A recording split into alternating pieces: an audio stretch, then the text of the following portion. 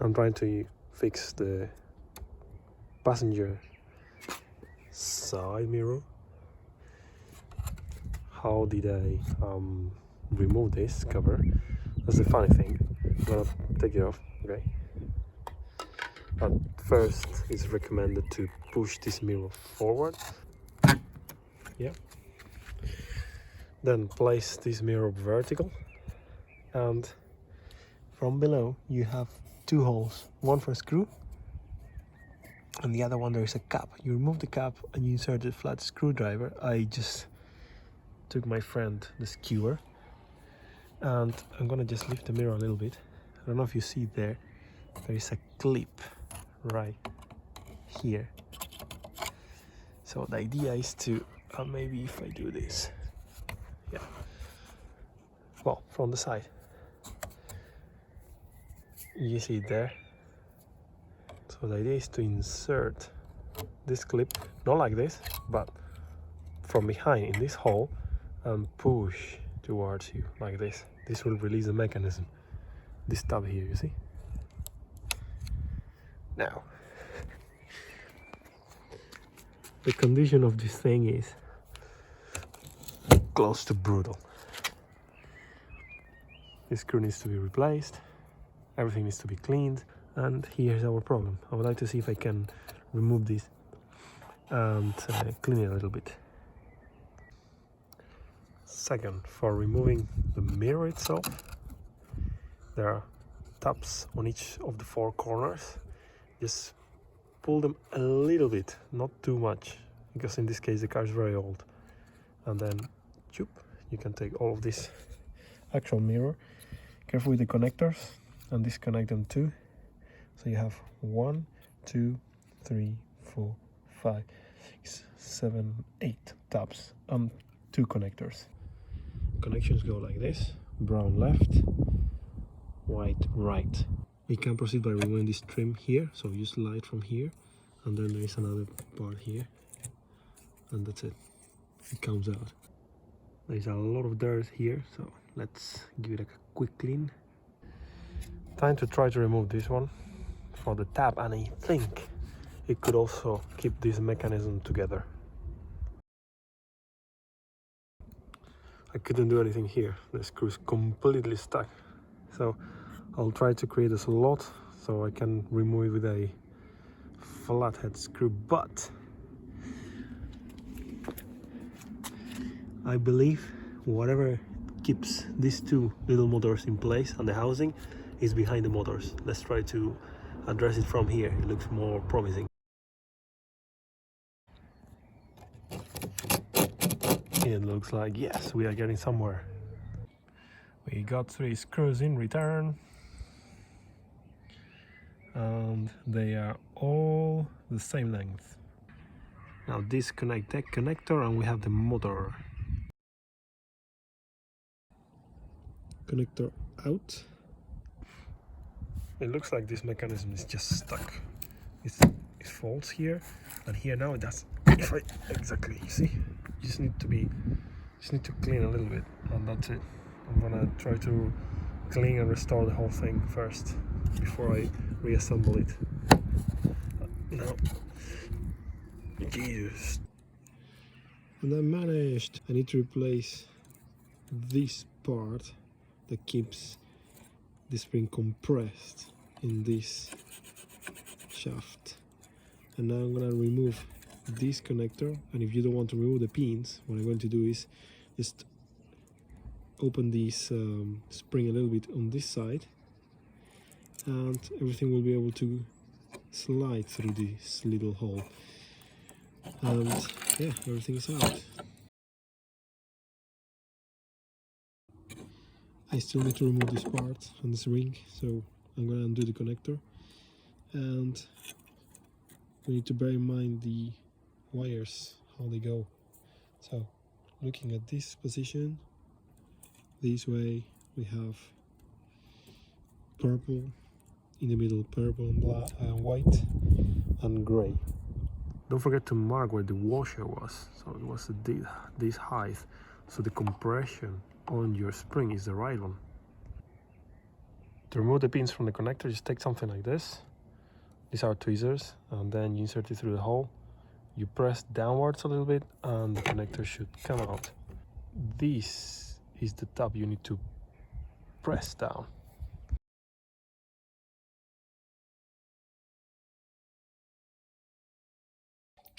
And after a lot of heat, I managed to remove this screw. It's super warm, but yeah, you saw it. And it could do it because this is aluminum. This is super warm, but Jesus, a lot of effort. I also tried some WD-40 that, yeah. Well, I decided to come to the bottom of this assembly.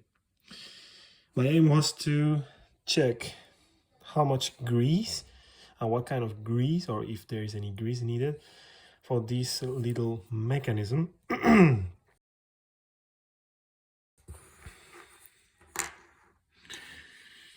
And as you can see here, this is the little gear.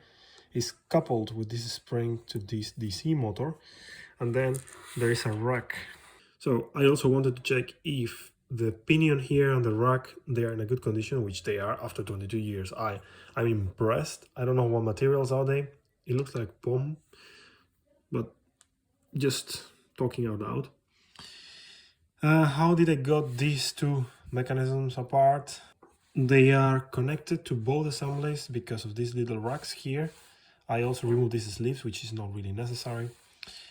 But mainly is this lever here. This lever is the swinging mechanism from this part to this part, and is connected to this little bridge here. And this is what allowed me to separate everything, plus this little bracket. I will do the same with the other mirror, but I don't really recommend you to do that because there are plenty of parts here, and I would say they are very fragile. Even though I managed to do that, all of it with these tweezers. With just one side of the tweezers, I could slide on the sides and push this thingy out, but not recommended. Now, what about grease? This grease here, what I've been reading is that for plastic components, a good grease is always something that is not petroleum based. So lithium grease would be nice. Thick lithium grease would be very nice. I have lithium grease downstairs, but this one looks very fresh. I'm just gonna add a little bit more and reassemble the whole thing. And of course, I forgot to mention that I had to desolder the motors.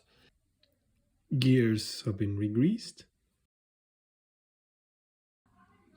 Couplings in, springs in, motors in. Don't forget to check if they still work and if the gears are still working. You can apply 12 volts for a little unlimited amount of time, and I think 12 volts is the general rule here.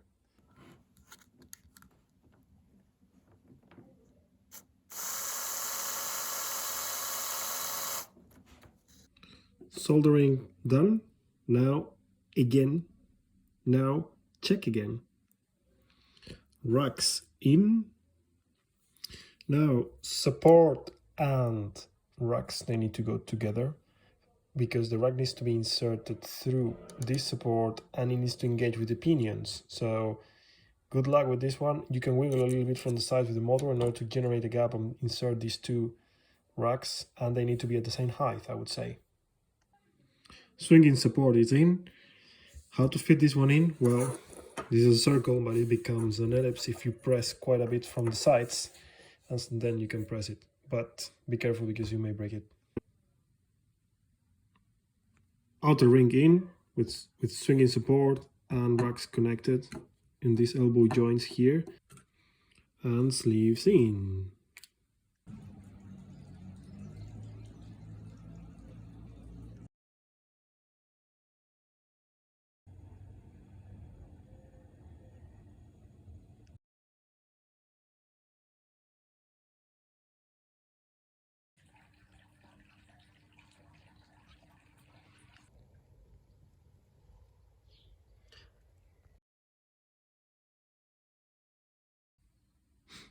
Now I have cleaned this I know it doesn't look nice. I know it should be black. I'm not gonna paint it, at least not now.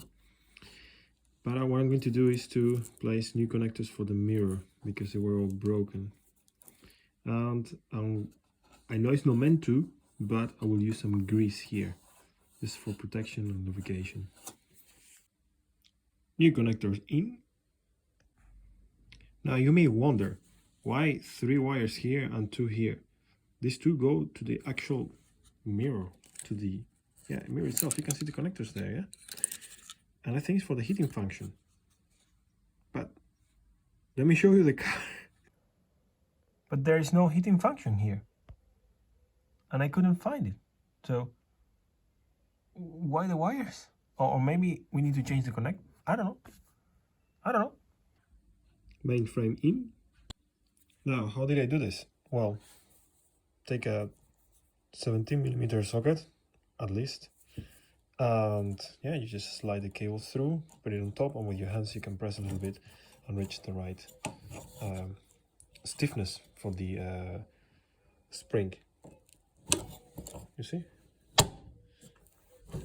It's just perfect. Now time to place these brackets, stainless steel bracket. But as you remember, the other screw was fully gone, so I decided to buy some stainless steel one, and I need to trim it down. Let's see how it looks like in the end. That's it. The other thing is I used a little bit of copper grease, so we prevent the same situation as last time. And I know the frame looks horrible, but yeah, I think it's not a priority right now to have it very nice. And it's aluminium. I would like to follow the right process, like powder coating and all the stuff. The bottom bracket or protector is in. Connector cap in. So if I put it in this position, you can see the tapered edges on the sides. You have in the rear, you have from right to left the purple, then you have the light gray and purple, because it's purple too, and then the dark gray. It's time to place this fella, but about the rubber, it's very important you place it in the right place.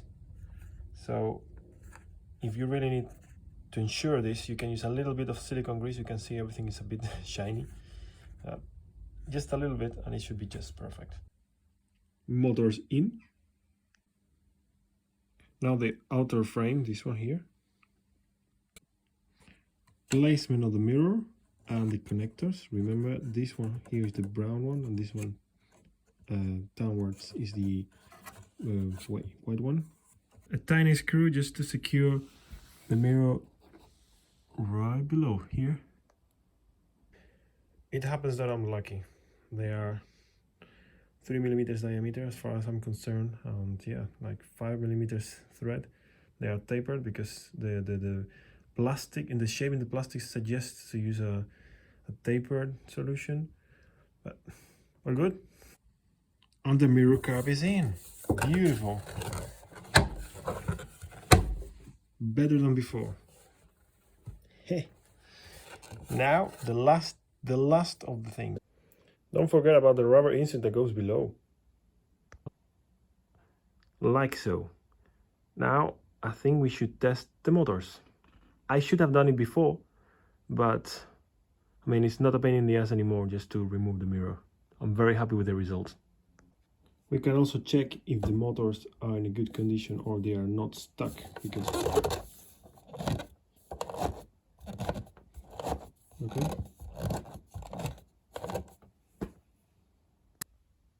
And the last check.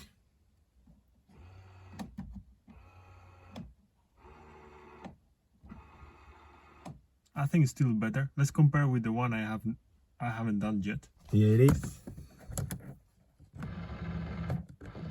Oh god. This one it will need some love. But you get the idea.